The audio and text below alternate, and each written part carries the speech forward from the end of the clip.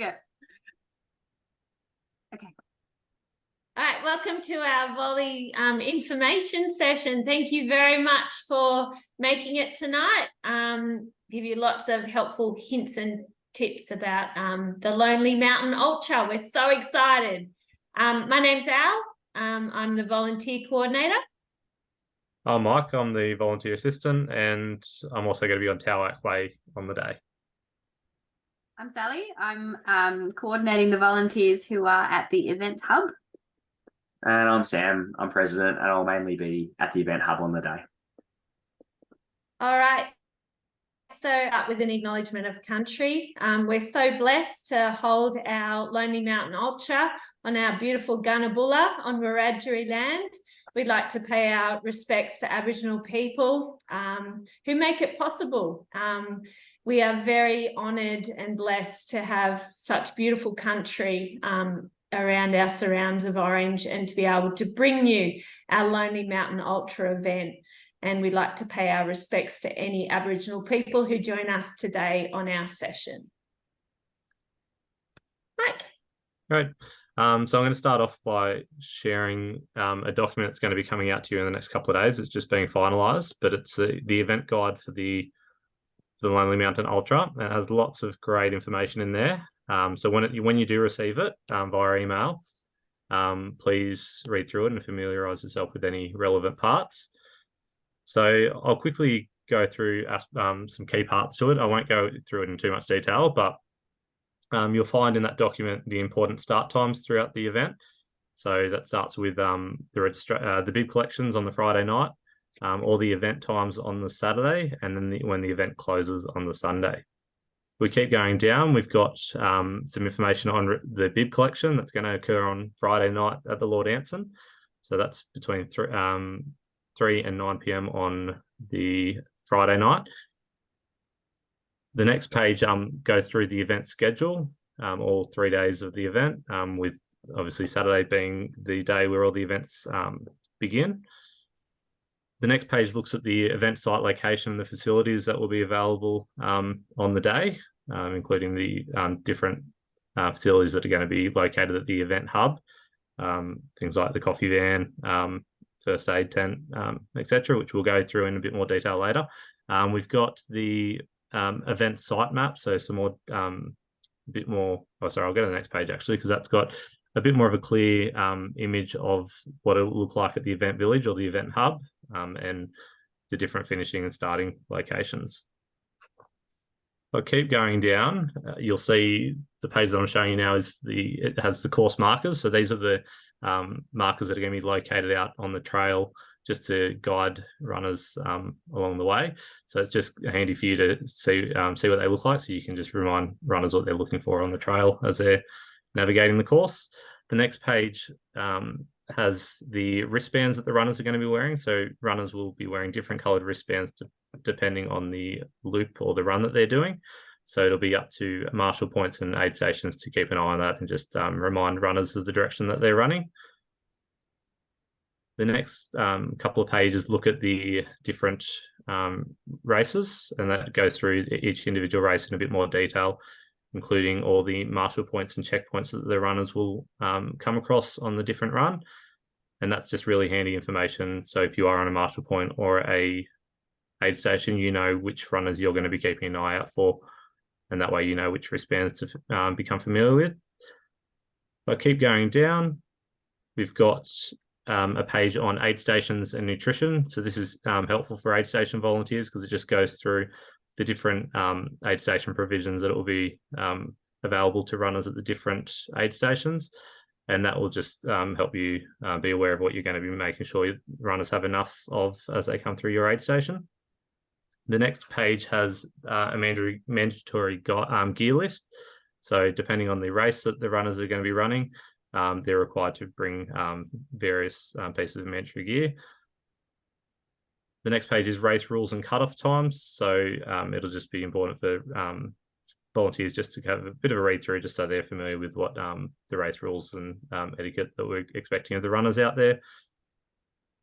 Next page looks at the first aid and medical support that's going to be available on the day, and some critical emergency numbers will be available there, but you'll also receive a lanyard on the day, which will have ours number and other important contact details that you may require on the day. And the last page that's probably relevant for our volunteers is the volunteer information page, which just goes through a little some information that might be relevant to the volunteers, including bib collections and also the little volunteer pack that you'll be receiving on the day, which will have your lanyard, a little bit of a food pack, a complimentary buff, and a discount for if you decide to enter the race next year. Cool. I'll throw it back to you, Al. All right. Thanks, Mike. Sally, you can talk to us about the Event Hub.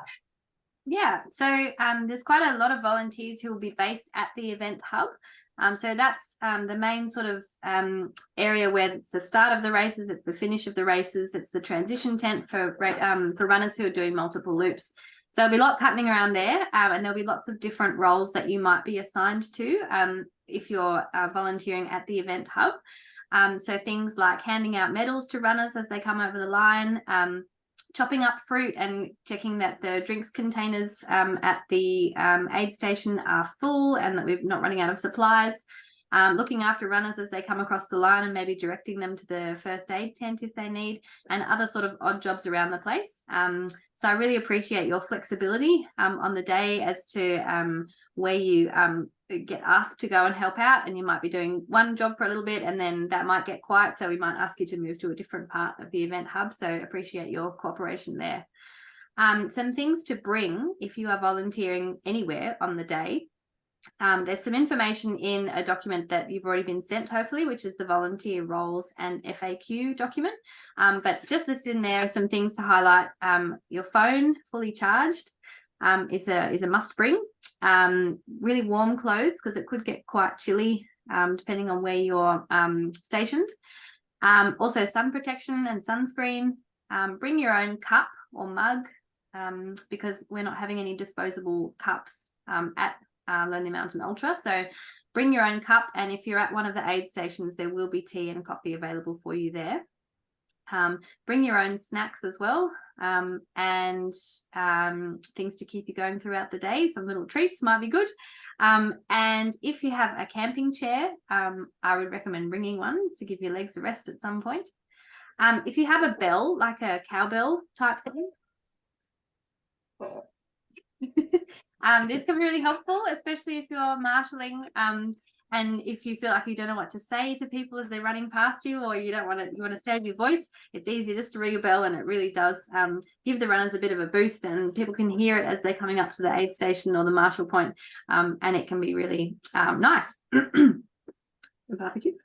Yeah, sure. So at the hub as well, we'll have a barbecue going. The RFS and other food vendors will be there throughout the day. You guys can get some food and drink before you head out to your spaces, or when you come back for something. But our plan is at some point a lot of those vendors are going to pack up, but we're going to have a barbecue going. I'll probably get some of the volunteers at the hub to possibly keep that going as well.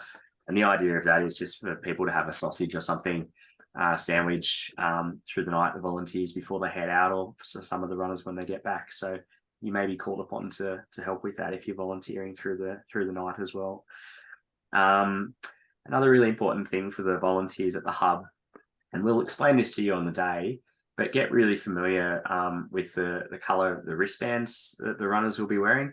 So for an example, the 104K runners, they're going to start at the hub and do the 50K loop with a green wristband, I'm pretty sure. When they get back to the Event Hub, they come to the transition area, and we're going to cut that wristband off and put another one on. They'll be going out running the 32K loop, and I think might be red for 32. We'll have signs up, so don't feel like you have to memorize it. Yes. When you put the wristband on, it's a really good chance to assess the runners, get a feel for how they're feeling, and make sure they're safe to go out. And also really important to tell them which way they're going to run. So different loops go different directions as the runners exit the property. So really important just to let the runners know which way they need to turn on the way out. I say this just because one runner last year actually turned the wrong way and went around like the wrong way in the loop. He was fine, but would have been nice if we had have told him to go the right way. So we learned from that last year, something we'd like to improve on and send them all out the right way and give them the best chance to get back safely. The other thing too, it's been asked if people can bring their dogs to the hub or out on course when they're marshalling. We're really sorry, but the answer is no. We've got dogs too, and totally get that you'd love to have them with you. But the farm is a working farm. It's been requested by the owners that we don't allow pets, and the same on the course, forestry and national park. We're just not allowed to have our animals out there for this event. So please be mindful of that. Thanks, Sam. So I'm going to run you through our map, our course maps, just very briefly. You would have received an email as a volley. I'm just going to share my screen. And the email was not that, but volunteers. No, this one here. So this is the email you would have received, and it has all of the links that you need. So it's got the map that I'm about to show you. It's got a volunteer description of the roles and some videos of each marshal point. So it's really important you have a look at those links. But one of the links is this map, which is our course map. So at the moment, I've got the 50K loop highlighted. And as Sam said, when you exit the property at Marshal Point 13, which is this one here, it's important that these people who are on Marshal Point 13 know which way to send the runners according to their wristband colours if they're on multi-loops.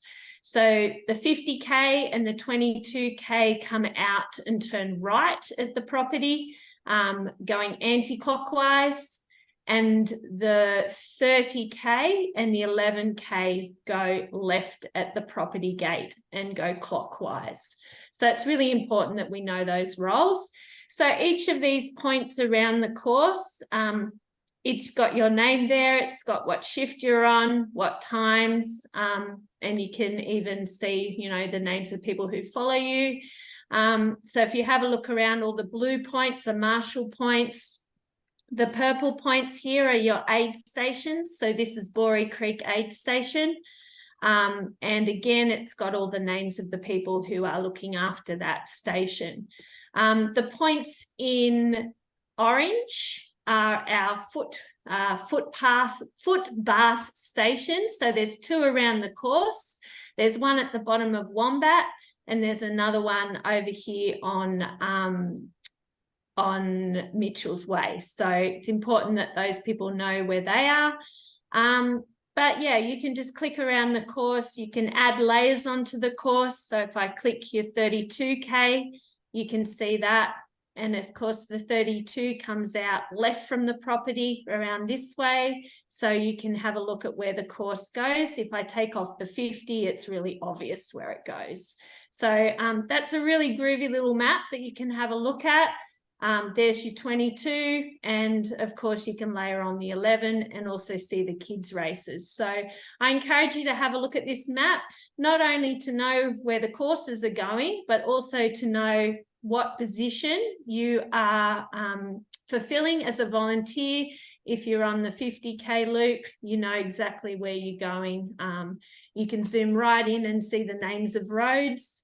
If you've got any questions about where your marshal positions or aid stations are, just reach out to your leaders. We've got aid station leaders this year, and I will look after the marshal points. So anyone with questions, please, I encourage you to reach out before the event so we can answer them. Mike, do you want to talk about roles? Yeah, so I'm going to share my screen again. And I'm just going to walk through the email that you would have received the other day. So the email that Al was just talking about has those important links. So I'm just going to open up some of them.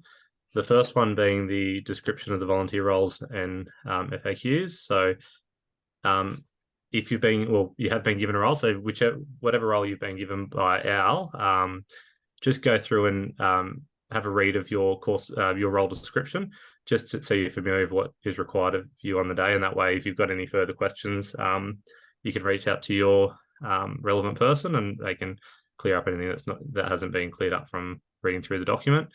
There's also some frequently asked questions at the bottom there that might also answer some of those concerns or questions that you might have about the event and what you need to be doing on the day.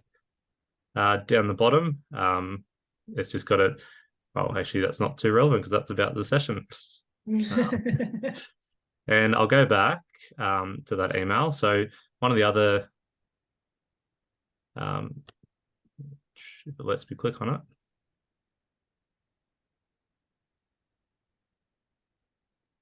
Sorry, it just keeps dropping down the screen sharing.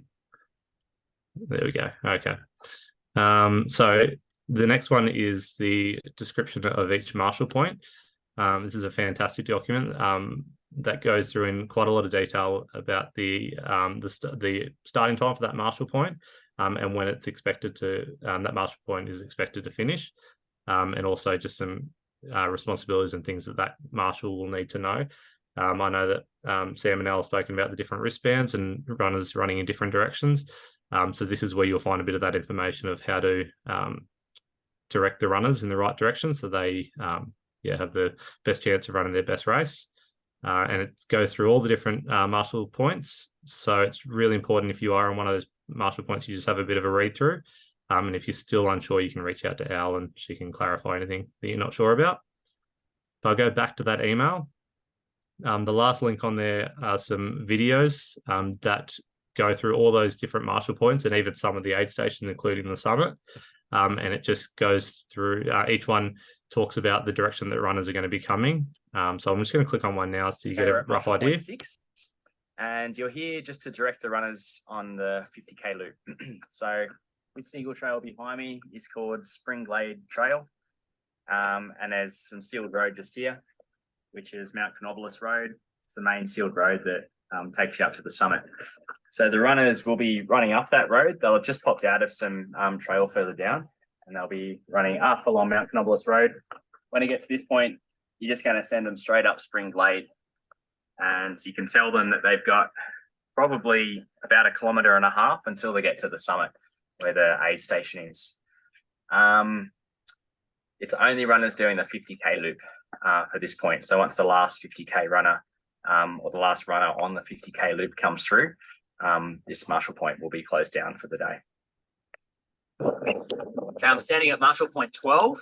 As you can see, I'm on the corner of... Okay, so I'll just stop sharing that now. So those videos are really, really useful if you are in a marshal point, because it goes through the directions that runners are going to be coming from, and also sometimes how far it is to the next aid station.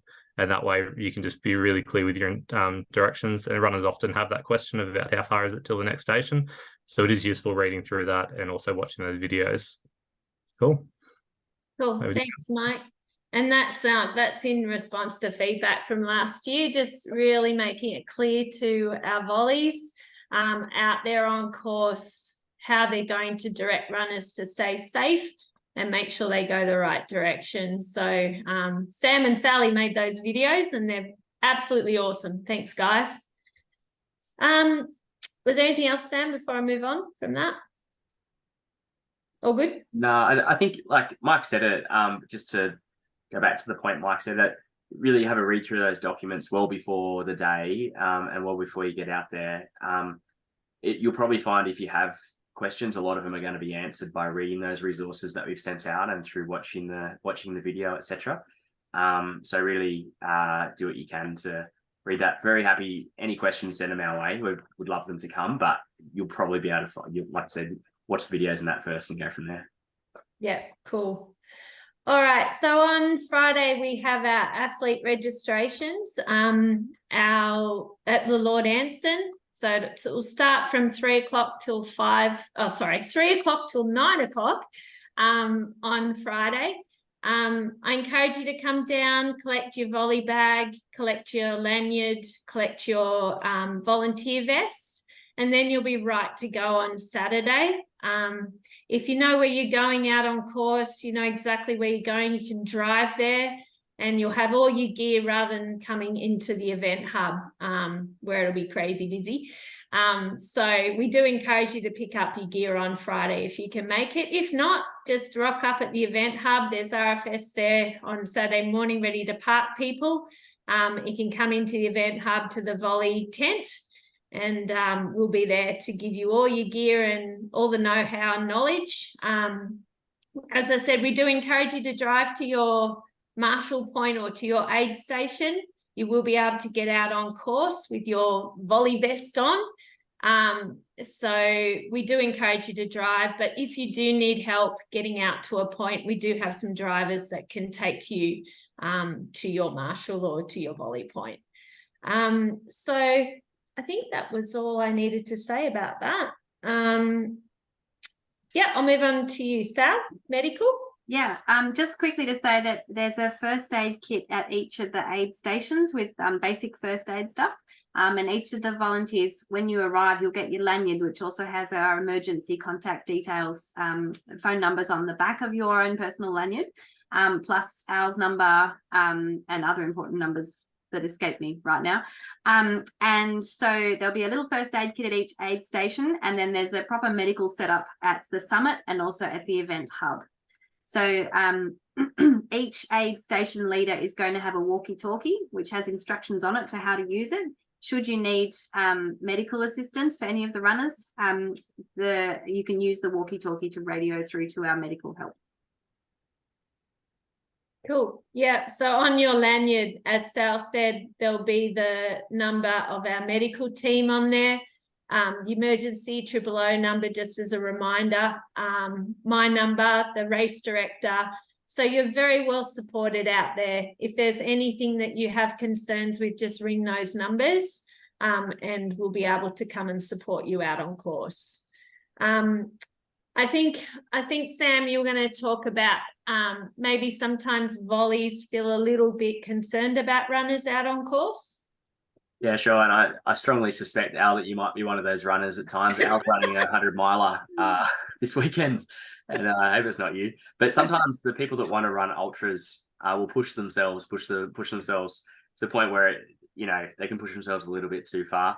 If there's runners out there that you're concerned about, do what you can to encourage them to stay with you. And a call for help is one of those numbers on the lanyard that you'll be given someone to come and hopefully assess the runner. It's pretty tricky if you've got someone who's a bit combative and perhaps won't let you do that. Try and get their name, their phone number, as much information as you can about them, write it down, and then call ahead to the hub.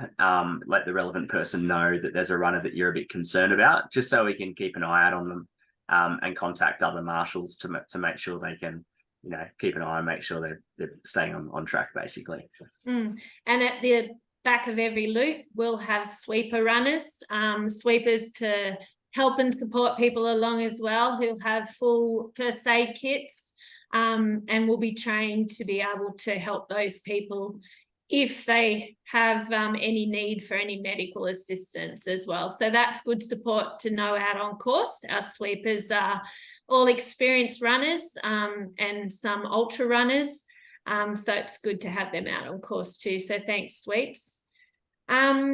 And the last thing I wanted to just encourage you again is to think about asking questions. So if you've got any questions that you can think of that you need answered, try and reach out to your aid station leaders. So each of you who are on an aid station, Mike there is on our Tawak Way. So we've got aid station people who can answer your questions, and any Marshall Point questions you can direct to me. So we just want to try and make it as smooth as possible and make you feel as comfortable as possible and well supported because we want you to have a good time as well. We want you to have a great day and enjoy it, and the vibe and the positivity out there, because last year it was amazing. So, yeah, please just ask any questions, direct them to your aid station leaders or to me. I guess one question that I have been asked about is sweeps. What time's starting for sweeps, particularly those doing the multi-loops? So this year, for example, with the 104K, the 50K sweep will go out with them, and then we'll have a new pair of sweeps coming in for their 30 loop. We don't really know what time that 30K sweep will start with the 100Kers. The cutoff for the 50 is 9:15 p.m. So I guess any time before 9:15, but we'll just be wrapping up the back end of that 100 group on their 30K loop, and the same goes for the 22. So I know some of you out there are the sweepers for the multi-loops. Thank you for being patient. We can always use your help around the event hub before you head out for your loop. All right, anything else, guys? No, that's great. Thanks again for volunteering, everyone, and giving up your weekend to make the event a success. Yeah, we really appreciate it, guys, and hope you feel the love coming from us. We do what we can to show our appreciation, but we couldn't do this event without volunteers. You know, it's really not possible. So it means so much to have this many of you so willing to come forward and help, and can't tell you how much it means. We just really hope you feel well supported and that you enjoy yourself. And when you're out there, think about what we could do to look after our volunteers better and our runners better, and just make it a better event. We will put out a survey at the end for volunteers and anyone who's been involved. So have a think. We're open to whatever you have to say. We'd love to hear it. And at the end of your shifts, I guess important to say, can you please hand back your vest so we can reuse them the following year? But yeah, just to echo Sam, we've got over 900 runners out on course on the 14th of October through to the 15th. And we've got over 150 of you volunteers. Put your hand up to come and help us to make sure their time, and your time as well, is safe and happy. So thank you very, very much. And we'll see you out on course. See you guys. See ya. See ya. Thank you.